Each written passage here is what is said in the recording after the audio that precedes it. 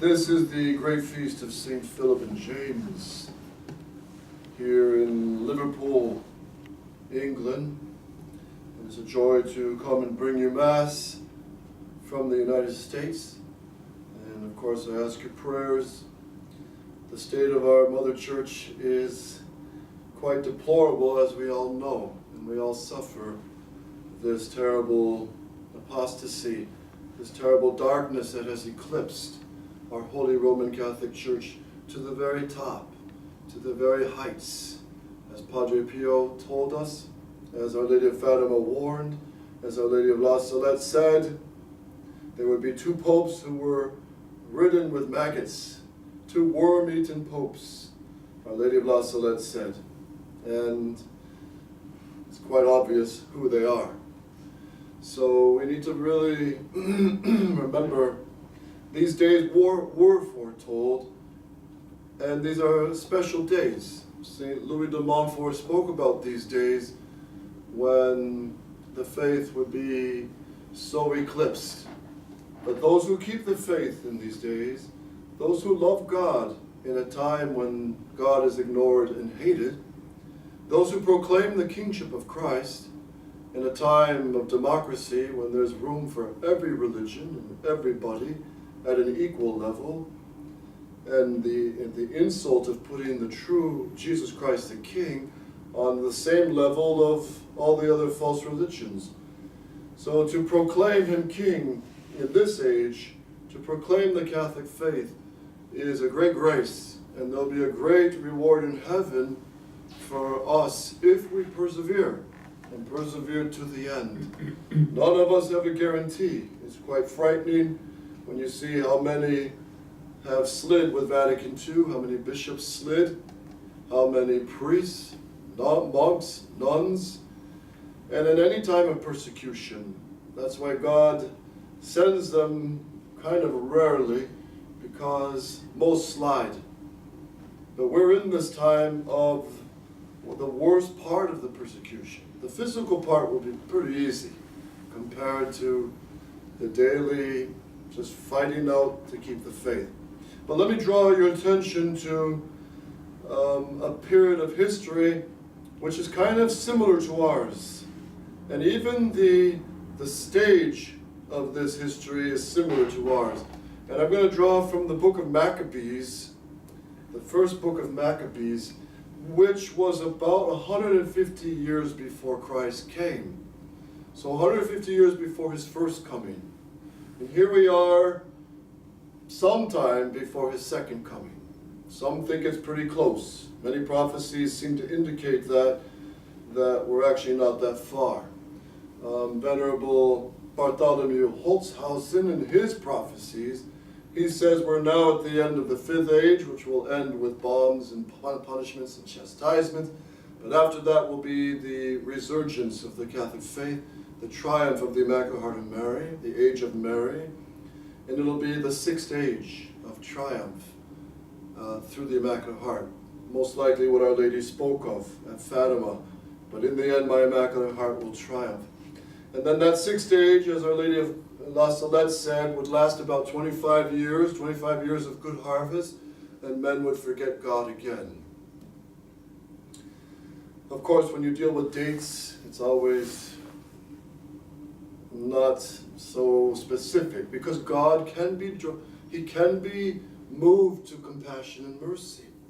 He was going to punish Nineveh, but he spared Nineveh because they humbled themselves and came back contrite and sorry for their sins with penance and prayer.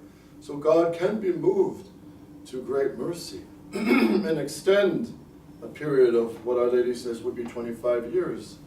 But God knows. And then after towards the end of the sixth age, we'll issue in the seventh age, which is the time of the Antichrist. And he's only going to reign 3.5 years. It's not that long. And then most prophecies say, especially Scripture, that 45 days after the Antichrist is defeated will be the second coming. So God knows. But the time of Maccabees is similar to our time. Let's see why. It's why, because the emperor of the time, Antiochus Epiphanes, was spreading his empire. In other words, it was basically the one world order of this period. And the whole banking system, the whole economic system, the whole political system was all gearing towards one big world religion, one world economy, one world political system. Very similar to now. But what happened? In the mountains of Modin, there lived a Mattathias with his sons. And Mattathias rose up, and his 5 sons, Simon, Judas, Eleazar, Abaron, Jonathan, and Simon. And Mattathias said, "Woe is me! Wherefore was I born to see the ruin of my people and the ruin of the holy city, and to dwell there, when it is given into the hands of the enemies." So here for the Jews it was Jerusalem. For us it's Rome. Rome is where our first pope is buried. His bones are there. Rome is where Christ established that the Catholic Church be the center and spread the faith throughout all the world. Such as St. Gregory the Great, sending to England the great St. Augustine of Canterbury and his Benedictine monks, who brought the faith here at the end of the 400s. So out of Rome came this. And Mattathias continued, "The holy places are come into the hands of strangers." Isn't this true? All our Catholic churches in the hands of strangers who are with strange ceremonies, a common table, a Eucharistic picnic, facing the people, communion in the hand, drinking of the chalice, strange and bizarre ceremonies, Protestantized and modernist and insulting to God. So he sees in his day the holy places are handed to strangers. Her temple has become as a man without honor. The vessels of her glory are carried away captive. Her old men are murdered in the streets, and her young men are fallen by the sword of the enemies. And in our time, it's emptying out of the seminaries, emptying out of the convents, the complete loss of the faith everywhere. What nation has not inherited her kingdom and gotten of her spoils? All her ornaments are taken away. She that was free is made a slave.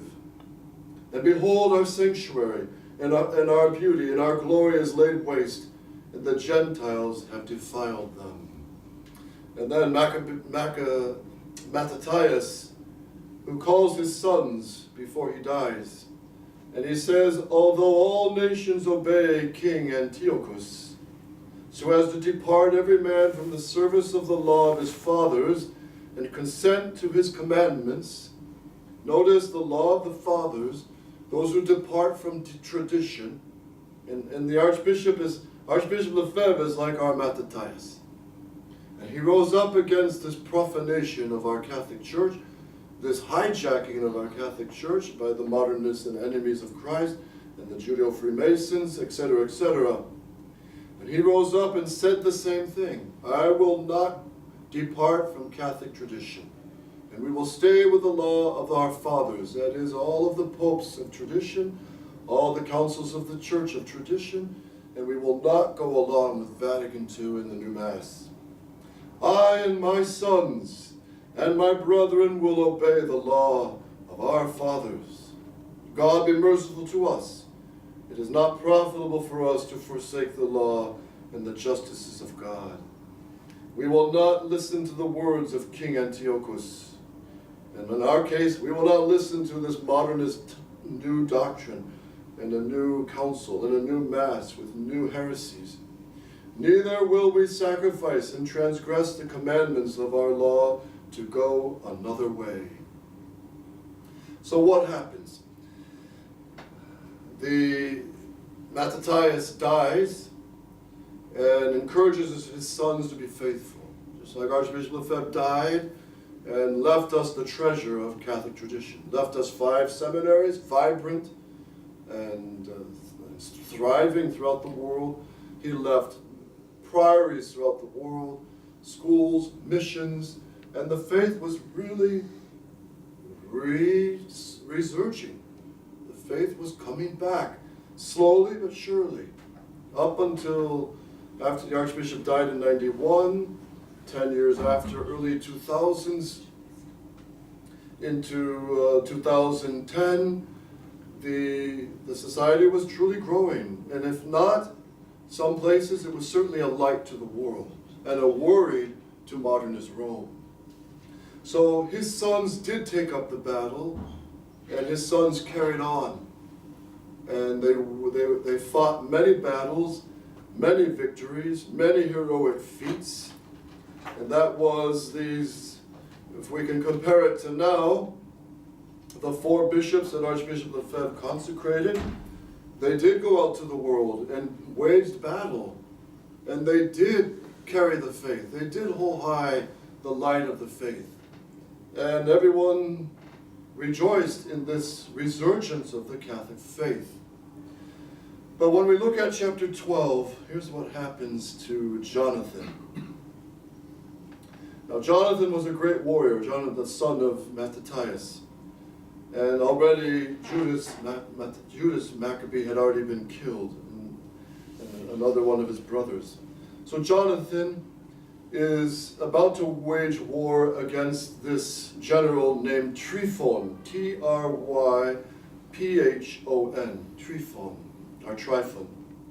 Now when Tryphon had conceived a design to make himself king of Asia, and to take the crown and to stretch out his hand against the king Antiochus, fearing lest Jonathan would not suffer him but would fight against him, he sought to seize upon him and to kill him.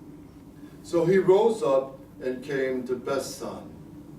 So modernist Rome knows that this Society of Pius X is a pain in the neck. They keep resisting, they keep growing, they keep spreading, they have vocations, and our condemnations aren't working. So they take a new approach. And in 2000, the year 2000, and in the mid-90s, there's the Grec meetings. The Grec movement, which is run by Father Lalong. Father Lalong tells the Society of Pius X, look, stop condemning. Stop attacking Vatican II. You're just being a pain in the neck. Why don't we dialogue? Let's focus on peace and unity rather than on war. But remember, the Holy Ghost tells us there is a time for peace and there's a time for war. And woe to any of us if we start declaring peace when God wants war. And for all of us, we have no choice. We are in war and we got to fight to the death, to the end. So Jonathan, a noble, a great soul, I'm going to dare to compare him, if I may, to Bishop Fillet. And watch, you'll see why. And Jonathan went out to meet him with 40,000 men chosen for battle and came to Bessan. So Jonathan's there to fight. And Bishop Fillet, in his early time, he did say, we cannot, you know many of his talks in his 10, 15 years ago, we cannot make an agreement with Rome until Rome comes back to tradition. At least that's what he said. And he said, look at Campos. And he warned Campos in Brazil, the priest of Bishop de Castelmeira, don't make an agreement with Rome. This was 2003. It'll be your suicide. And they didn't listen. So now, when Tryphon, and we could say modernist Rome, Cardinal Ratzinger, Pope John Paul II, when Tryphon saw that Jonathan came with a great army, he durst not stretch forth his hand against him. He didn't dare make war. But received him with, here we go, here's the downfall, with honor, and commended him to all his friends, and gave him presents, promises of Tridentine Mass, promises of lifting the so-called excommunications, promises of a motu proprio that will release the Tridentine Mass. Remember all that? 2009, 2007, 2000. 10, 11, 12, all these promises, and gave him presents, and he commanded his troops to obey him as himself. So now the new approach was dialogue. And dialogue is not just talking to convert someone. Dialogue in the communist understanding is sitting at an equal level, and each side must concede something. And that was the danger, this deadly dialogue with modernist Rome. Now, a lot of the priests will object and say, well, Archbishop Lefebvre went and had discussions with Rome, so what was wrong with Bishop Follet going? Well, Archbishop Lefebvre, there's 3 stages. He first tried to bring Rome to tradition to see if something could be done. Second stage, he tried to get the experiment of tradition, and he realized Rome was not interested in tradition at all, but to destroy it. The third stage, Archbishop Lefebvre, up until 1988, he realized Rome is not converting. Rome is set on this path of destruction. No discussion with Rome, and if they want to talk, I will put it at a doctrinal level. And I will ask them, do you accept the syllabus of errors of Pius IX? Do you accept Leo XIII and his condemnation of Freemasonry and his teaching? Do you accept Pius X's condemnation of modernism and the kingship of Christ of Pius XI, and so on and so on and so on? So it was very clear. And Archbishop Lefebvre wrote to the 4 bishops and said in 1987, or early 88, in his letter to the 4 chosen ones to be bishops, he said, don't seek any agreements, don't seek any peace with modernist Rome until we have a perfectly Catholic Pope. So, what happens? But Tryphon received him with honor and commended him to his friends and gave him presents, and he commanded his troops to obey him as himself. Personal prelature. Promises of personal prelature. And he said to Jonathan, why hast thou troubled all the people, whereas we have no war? Let's just talk about war. Let's talk about peace. Now therefore send them back to their own houses, and choose thee a few men that may be with thee, and come with me to Ptolemy, and I will deliver it to thee, and the rest of the strongholds in the army, and all that have any charge, and I will return and go away, for this is the cause of my coming. Tryphon is slick. Jonathan falls for it. Jonathan should have been wiser, because his brothers some of them were already killed. Jonathan, maybe he seeks, maybe he's, who knows what's in his heart and mind, God knows. But like Bishop Follet, he trusted these promises. And even as far back as the year 2000, they already dangled before him the carrot of the personal prelature, which would be the cardinal over all the traditional groups.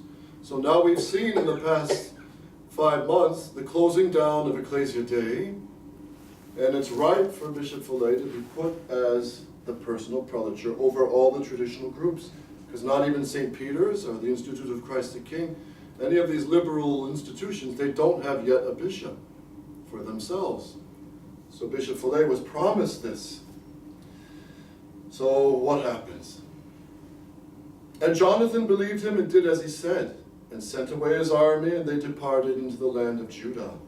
But he kept with him 3,000 men, of whom he sent 2,000 into Galilee, and 1,000 went with him. Now as soon as Jonathan entered into the city of Ptolemy, Ptolemy is spelled P-T-O-L-E-M-A-I-S, Ptolemy, they of the city of Ptolemy shut the gates of the city and took him. And all them that came in with him they slew with the sword.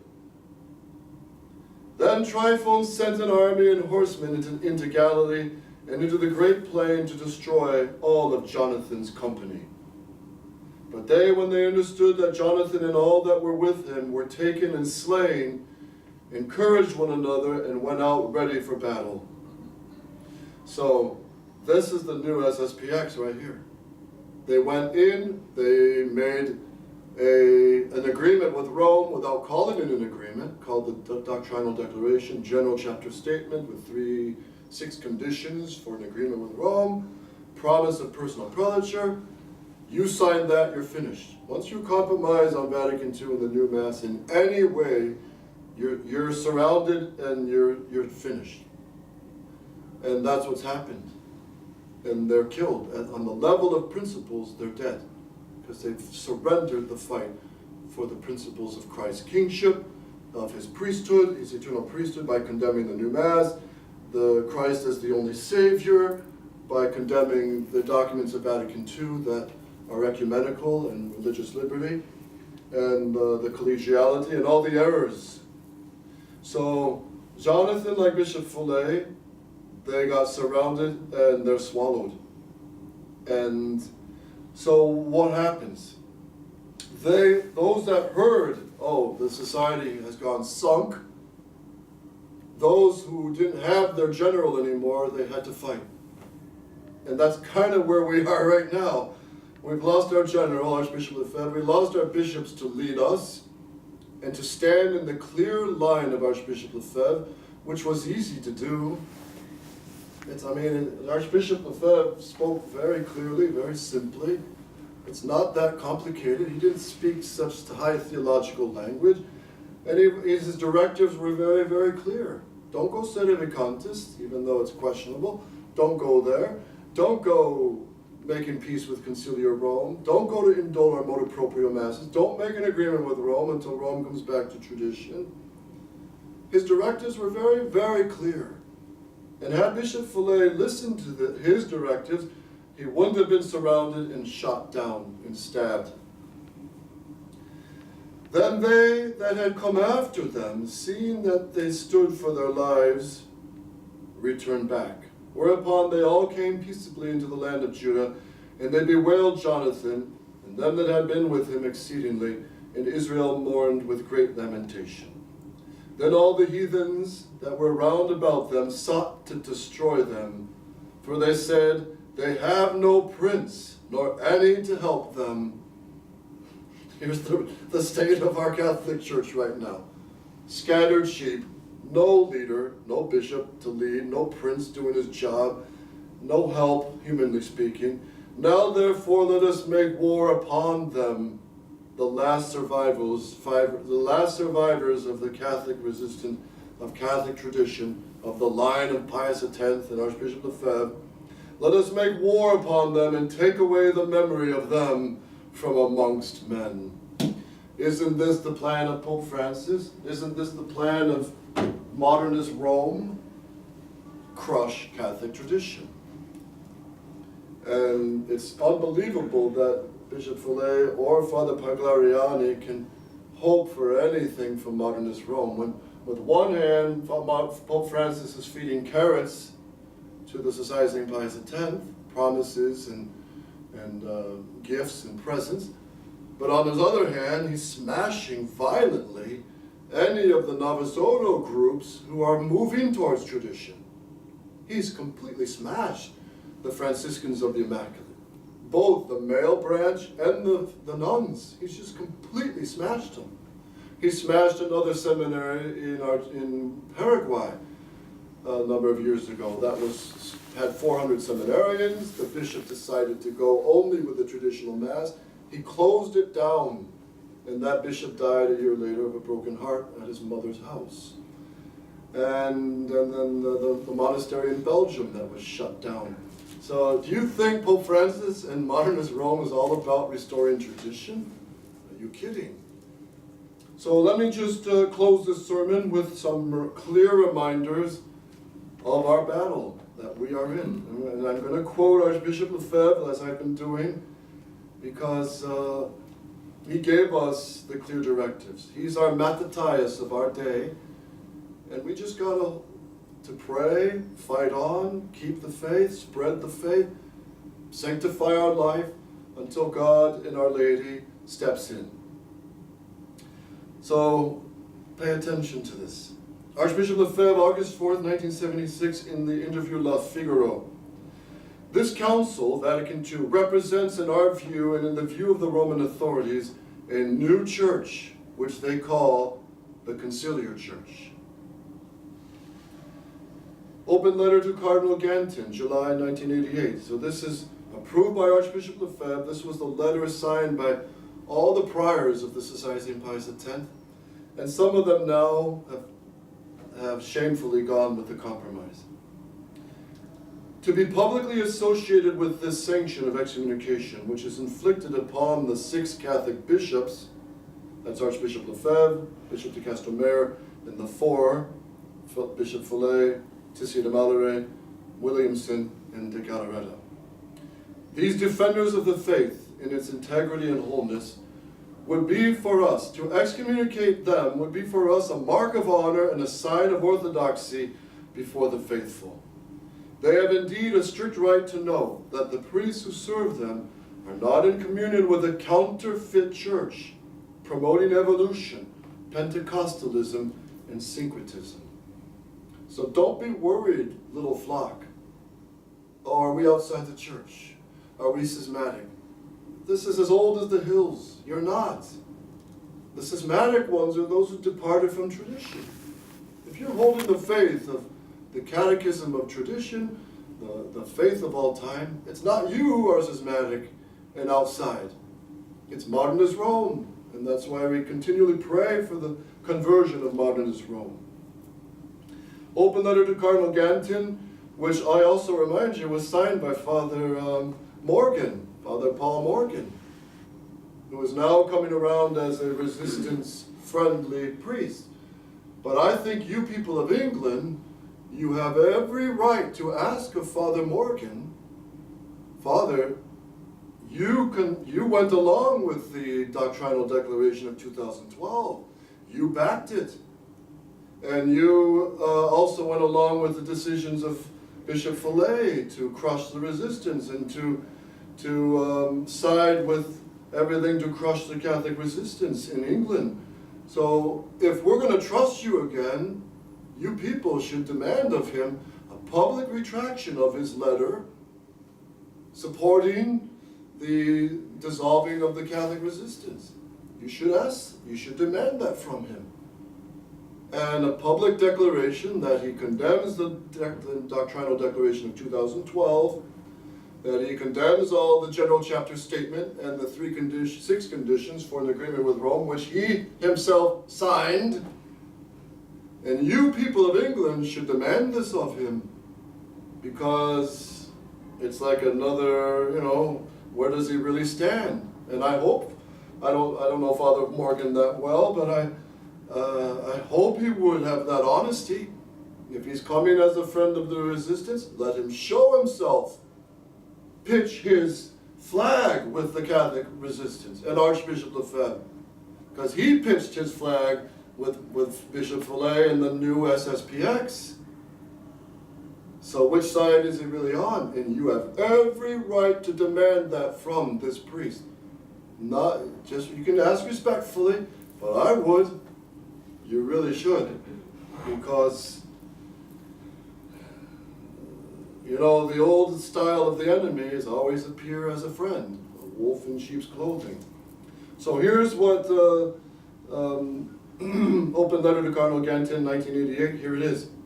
We have never wished to belong to this system which calls itself the Conciliar Church and defines itself with a Novus Ordo Missae, an ecumenism which leads to indifferentism and the laicization of all society. Yes, we have no part, nullum partem habemus. We have no part with the pantheon of the religions of Assisi.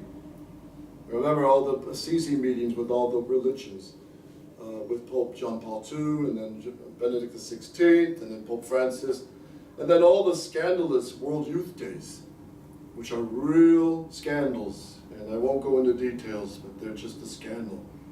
Our own excommunication by a decree of your eminence or of another Roman congregation would only be the irrefutable proof of this. We ask for nothing better than to be declared out of communion